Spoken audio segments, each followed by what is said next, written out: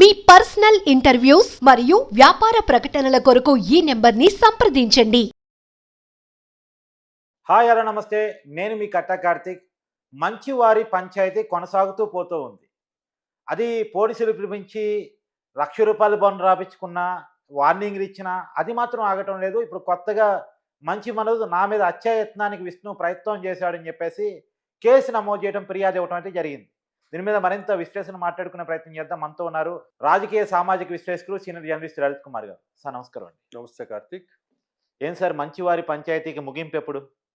కొనసాగుతూ పోతూ ఉంది. ఆ పంచాయతీ ఏదో కూడా అది షుగర్ పంచాయతీ, చక్కెర పంచాయతీ కింద తిరిగింది. అవును. ఇప్పుడు అన్నట్లు మనోజ్ కేసు పెట్టాడు కాబట్టి అది మర్డర్ పంచాయతీ కింద పోయినట్లుంది. అవును. ఇది మంచు మోహన్ బాబు కుటుంబానికి సంబంధించి ఈ నెలలో గత పెళ్ళైనప్పటి నుంచి కూడా అసలు ఈ పరిణామాలన్నీ గమనిస్తే మంచు ఫ్యామిలీ అనేది ఆయన సినిమా యాక్టర్గా సినీ రంగంలో అందరికీ ఐడెంటిటీ ఉంది. అవును. ఉన్న 4-5 ఫ్యామిలీస్లో కూడా అటువంటి ఫ్యామిలీ మోహన్ బాబు బిడ్డల ఇష్యూతో ఆ కుటుంబం పరువు అంతా ఇట్లా రోడ్ల పాలు అవుతుందని చెప్పేసి ఎప్పుడు ఊహించుంటాడు. అవును. నాకు తెలిసి అతను మొన్న జరిగిన సంఘటన జర్నలిస్ట్కి సంబంధించింది, ప్లస్ ఈ ఇష్యూస్ ఇవన్నీ కూడా ఆయన బాగా మానసిక వేదనకు చెందుతూ ఉంటాడని అనిపిస్తుంది. అంటే ఏ తండ్రి కూడా మామూలు మధ్యతరగతి కుటుంబీకులు ఏదైనా జరిగితే కనుక మానసికంగా తట్టుకోలేరు.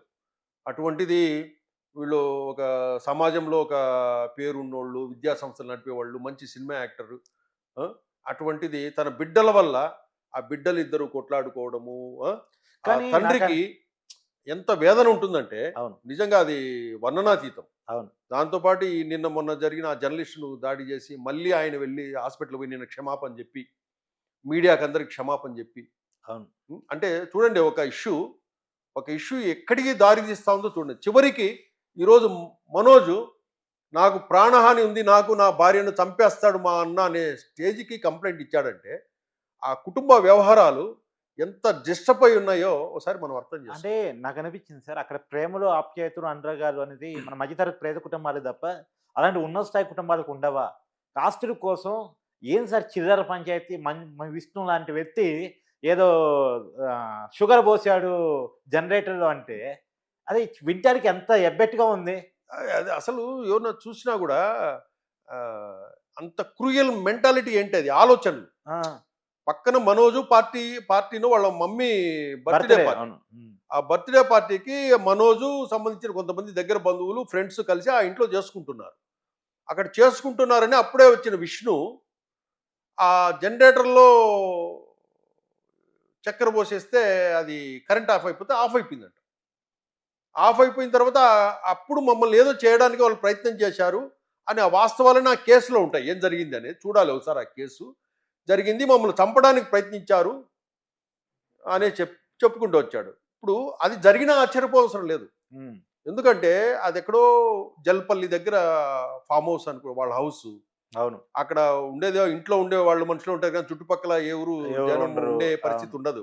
అక్కడ ఏం జరిగినా కూడా రౌడీలు గుండాలతో దాడి చేసినా కూడా మనము ఏం చేయలేదు. ఎందుకంటే వీళ్ళ నేపథ్యము, వీళ్ళ ట్రాక్ రికార్డు కూడా రౌడీలు గుండాలతోనే.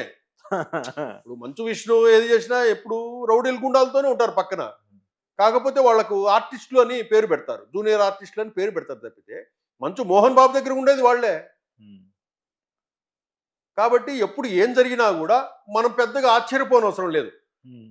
అంటే జల్పల్లిలో మోహన్ బాబు ఇంట్లో ఒక మర్డర్ జరిగిందండి అన్నారు అనుకో, ఓహో అలాగా అని అనుకోవాలి, పెద్దగా ఆశ్చర్యపోవాల్సిన పని లేదు. ఈ పరిణామాలు చూస్తుంటే ఆ విధంగానే అనిపిస్తాయి.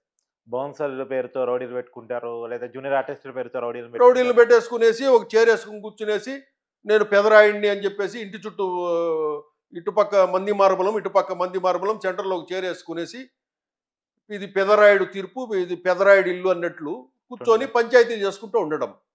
వాళ్ళను కొట్టడము, తిట్టడము, మళ్ళీ పిలిచి డబ్బులు ఇవ్వటము, ఇదే సినిమా డైలాగులు మాట్లాడుకుని ఈ షోప్లోనే నడుస్తూ ఉంది ఆయనది ఇన్ని రోజులు కూడా మోహన్ బాబుది. ఆల్రెడీ మొన్న నన్ను కొట్టాడు అన్నారు, లేదు ఘర్షణ అంటాడు మోహన్ బాబు గారు. అవును. ఇవన్నీ చిల్లరగా ఉంటాయి. అసలు మీ స్థాయి కుటుంబానికి ఎంతో కష్టపడి పైకి వచ్చిన అంటున్నారు. మీ స్థాయి కుటుంబానికి మీకు కనీసం అనిపించడం లేదా? మంచు విష్ణుకు కానీ మనోజ్కి కూడా చెప్తున్నా, అవును. మీరు కొట్టుకుంటే కొట్టుకొని సావండి ఏడన్న పడి. ఈ మీడియాకి ఎక్కి ఉం? నువ్వు పోలీస్ స్టేషన్ పోతున్నావు, ఎవరు వద్దన్నారు? మీడియాకి ఇన్ఫర్మేషన్ ఇవ్వాలన్నా? ఉమ్. మీరు పరువు పోగొట్టుకుంటున్నట్లు వీళ్ళు తెలియడంలే. మంచు అంటే విష్ణు కూడా అంతే. మనోజ్ చెప్పేది ఏంటంటే నా మీద కుట్ర జరుగుతుంది, నన్ను చంపే కుట్ర చేస్తున్నారు, కుట్ర నాకు జరిగితే అన్యాయం పోలీస్ చేస్తున్నారు. కంప్లైంట్ ఇచ్చేసి నువ్వు కోర్టుకి వెళ్ళి ఏదైనా ఫైట్ చేసుకో. అంటే నువ్వు మీడియాకి ఇన్ఫర్మేషన్ నువ్వు పైడి షరీఫ్ పోలీస్ స్టేషన్కి వెళ్తున్నావు, పైడి షరీఫ్ పోలీసుకు మంచు మనోజ్ వెళ్తున్నాను, మీడియాకు ఎందుకు వస్తుంది? ఎట్లా తెలుస్తుంది నువ్వు చెప్పకపోతే? అంటే ఆయన చెప్పదలుచుకుంది అంటే ఈ సమాజానికి కూడా నా మీద జరుగుతున్న కుట్రను ఎక్స్పోజ్ చేయదలుచుకున్నాను. ఉమ్. సమాజంలో ఉన్నటువంటి మంచి అభిమానం నువ్వు అలా చేయదలుచుకుంటే నువ్వు ఒక యూట్యూబ్ ఛానల్లో పెట్టుకొని నువ్వు ఏదైనా చెప్పదలుచుకుంటే చెప్పు. ఎందుకు మీరంతా మీడియా టైం వేస్ట్ చేస్తారు? జర్నలిస్టులు టైం వేస్ట్ చేస్తారు. పైగా పిలుస్తారు, ఎవరు ఎందుకు వచ్చారా మీరు కొట్లాడుకుంటారు. మీ దగ్గరికి ఏదో ఒక ఛానల్ వచ్చి వస్తుంది, వాళ్ళు వస్తున్నారని చెప్పి మిగతా అందరూ పరిగెత్తుకుంటూ వస్తారు, చూపిస్తారు. జనానికి కూడా ఏమైపోయిందంటే లాస్ట్కు ఇంకా గత్యంతరం లేక టీవీ ఛానల్ ఏవి చూపిస్తే అవే చూడాల్సిన పరిస్థితి వీళ్ళు జనాలు కూడా అట్లే తయారైపోయినారు. కాబట్టి అసలు మీరు మీడియాను డిస్టర్బ్ చేయొద్దు, మీడియాను సర్వనాశనం చేయొద్దు. మంచి ఏదైనా ఉంటే చెప్పండి. మీ ఫ్యామిలీ పంచాయతీలు, మీ చక్కెర పంచాయతీలు, మీ బెయిల్ పంచాయతీలు ఇవన్నీ వద్దు మీడియాకి. మీరు ఎందుకు ఇస్తున్నారు మీడియాకి లీకులు? అది తప్పు. దీన్ని మెయింటైన్ చేసేదానికి ఒక పిఆర్ టీమును పెట్టుకుంటారు మళ్ళీ వీళ్ళు. అవును. ఒక పిఆర్ టీమును పెట్టుకునేది, అన్న ఇప్పుడే 2 ఇడ్లీ తిన్నాడు, అన్న బయలుదేరుతున్నాడు, అన్నకు చంద్రబాబు గారు ఫోన్ చేశారు, అన్నకు చిరంజీవి గారు ఫోన్ చేశారు అని మీ పిఆర్ టీంతో లీకులు ఇచ్చేది. ఈ మీడియాలు, యూట్యూబ్ ఛానళ్ళు ఇవన్నీ కూడా ఆయనకి చంద్రబాబు ఫోన్ చేశాడు, మోడీ ఫోన్ చేశాడు అనేది తమ్నైల్స్ పెట్టేసి చేసుకుంటుంటారు. అట్లా మీడియాను ఎందుకండి? వదిలేయండి మనోజ్ గారు, మంచు ఫ్యామిలీ. మీడియా టైం వేస్ట్ చేయొద్దండి. ఎందుకు ఇబ్బంది పడతారు మీడియాను? అంటే వాళ్ళనే మీ ఇబ్బందులు మీరు పడండి. మళ్ళీ పైగా వాళ్ళే అంటారు మీడియా మమ్మల్ని వదిలేని మా కుటుంబాన్ని అట్టు బతకని, మళ్ళీ వాళ్ళే చెప్తారు. మీడియాకు శుద్ధులు వాళ్ళే చెప్తారు. మొన్న గొడవ జరిగింది. గొడవ జరిగితే ఆ మీడియాను పిలిచింది ఎవరు? మంచు మనోజ్ పిలిచాడు. నువ్వు పిలుచుకోవాల్సింది పోలీసు వాళ్ళని పిలుచుకోవాలి, నీకు ప్రొటెక్షన్. అంతే కదా? మీడియా నీకేం ప్రొటెక్షన్ ఇవ్వదు. నీకు చట్టంలో నీకు అక్కడ ఏదన్నా అక్కడ ఇష్యూ ఉంటే మీరు పోలీసులను ఆశ్రయించి పోలీస్ ప్రొటెక్షన్ తీసుకొని మీరు ఇంట్లోకి వెళ్ళాలా. కానీ ఇక్కడ నేను తీవ్రంగా చెప్పదలుచుకున్నాను సార్, అసలు ఈ గొడవలో మీడియాకి పని ఏంటి, జర్నలిస్టులకు పని ఏంటి అని చాలా మంది మాట్లాడుతున్నారు, చాలా మంది వీడియోలు చేస్తున్నారు. కానీ ఇక్కడ మాత్రం నేను చాలా సీరియస్ చెప్పదలుచుకున్నాను. వాళ్ళ కుటుంబ వ్యవహారం అయినంత వరకు మీడియాకి సంబంధం లేదు. మనందరికీ తెలుసు వాళ్ళ కుటుంబంలో ఎప్పటి నుంచో 2020 నుంచి గొడవలు జరుగుతున్న విషయం మనం ఎప్పుడు మాట్లాడలేదు. మీరు నేను కూడా ఎప్పుడు డిబేట్ పెట్టుకోను. ఇవాళ ఎందుకు మాట్లాడుకుంటున్నాం? భౌతిక దాడుల వరకు వెళ్ళింది కాబట్టి, సమాజానికి న్యూసెన్స్ గా మారింది కాబట్టి, అక్కడ నుంచి ప్రాణహాని ఉందని ఒక డిమాండ్ వస్తుంది కాబట్టి, అది రానంత వరకు మనకు సంబంధం లేదు. అది వచ్చిందంటే ఖచ్చితంగా సమాజానికి అవసరం, సమాజం చర్చిస్తుంది, మీడియా మాట్లాడుతుంది, జర్నలిస్ట్ మాట్లాడతాడు. ఇక్కడ ఏంటంటే నేనేం చెప్తున్నా అంటే ఇంతటితో అన్నా మీడియా వదిలేయాలి. అదే మొన్న TV9 రంజిత్ మరణించి ఉంటే ఎవరు బాధ్యత? మనోజ్ బాధ్యత వహిస్తాడా? అందుకు మీడియా కూడా మీరు ప్రతిదానికి చిల్లర పంచాయతీలకంతా పరిగెత్తకుండా ఎవరో పిలిచినారని వెళ్ళొద్దు. మనకు లిమిట్ ఉంటుంది, కొన్ని లిమిట్స్ ఉంటాయి. ఆ లిమిట్స్ వరకే ఉండాలా. వాళ్ళ ఫ్యామిలీ పంచాయతీలు వాళ్ళు ఏదన్నా ఉన్నా కూడా వాళ్ళకు వదిలేయాలి. అది కూడా మీడియా కూడా కొన్ని నియంత్రణ పాటించాలి.